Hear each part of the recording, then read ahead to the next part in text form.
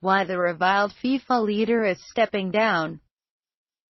Sepp Blatter, who proclaimed to the world that he was president of everybody after winning a fifth term as head of FIFA on Friday, will soon be nobody's president.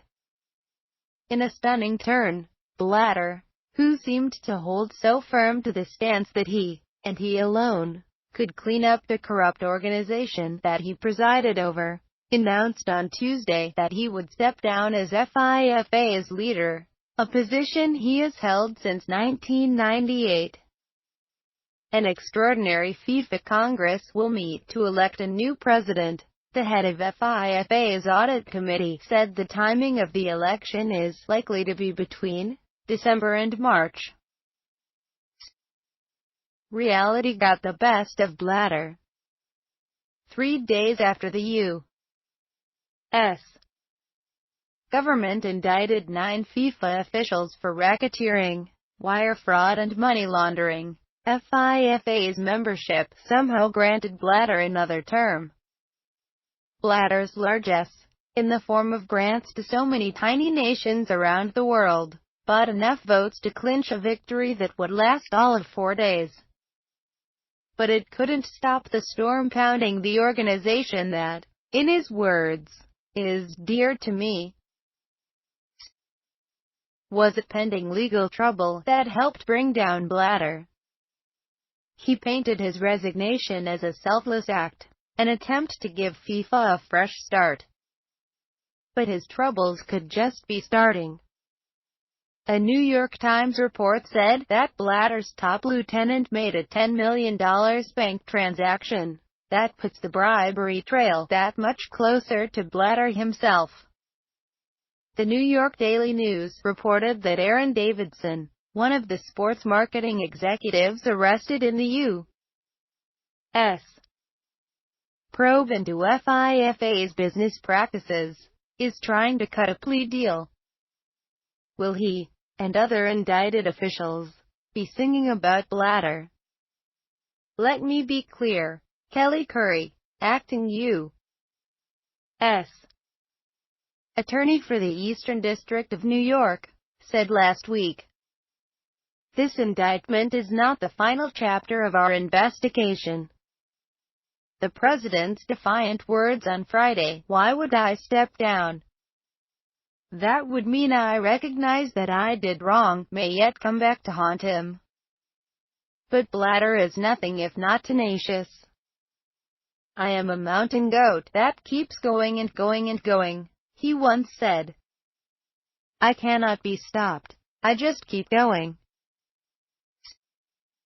Joseph S.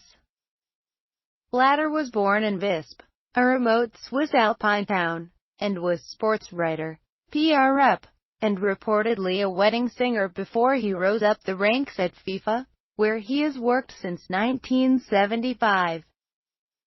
Since he took over as FIFA president in 1998, corruption has tainted his reign. During his first presidential election, there were allegations that some votes were bought. 1 month before his 2011 re-election, Blatter pledged $1 million in FIFA money at an assembly for CONCACAF, the regional soccer governing body for North America, Central America and the Caribbean, at the center of the current scandal. Almost immediately after FIFA decided in December 2010 to award World Cups to Russia in 2018 and QAR in 2022, bribery allegations began surfacing. Last week, the Swiss government announced a criminal investigation specific to the bidding process for these events. The Qatar decision has also sparked a humanitarian crisis. Migrant workers have toiled in triple-digit heat building the stadiums and infrastructure needed for the tiny Gulf nation to host the world's most popular sporting event.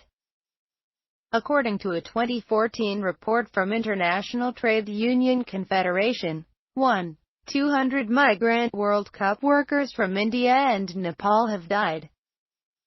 Under Blatter, FIFA has operated with little real transparency.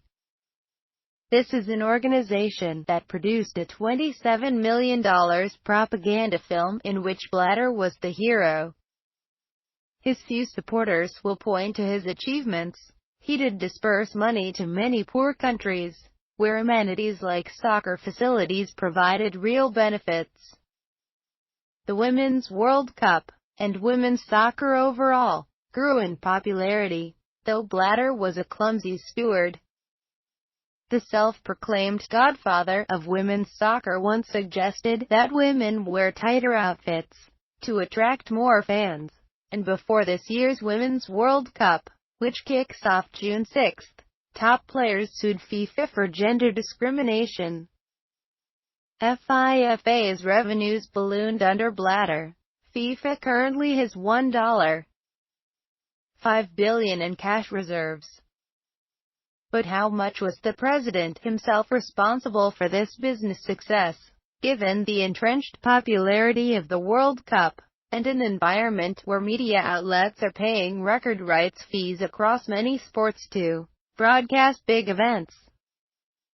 Whoever FIFA elects as its next president will have to grapple with Qatar. Can a World Cup conceivably be staged there, given the human toll? And cleaning up the disgraced organization. Tough times are ahead. But Blatter's resignation offers hope for many soccer fans around the globe, that the game's organizing body can start to reform itself. Have a nice day. A FIFA flack said at the end of the stunning press conference that ended the Blatter era. For soccer fans around the globe, indeed, it was.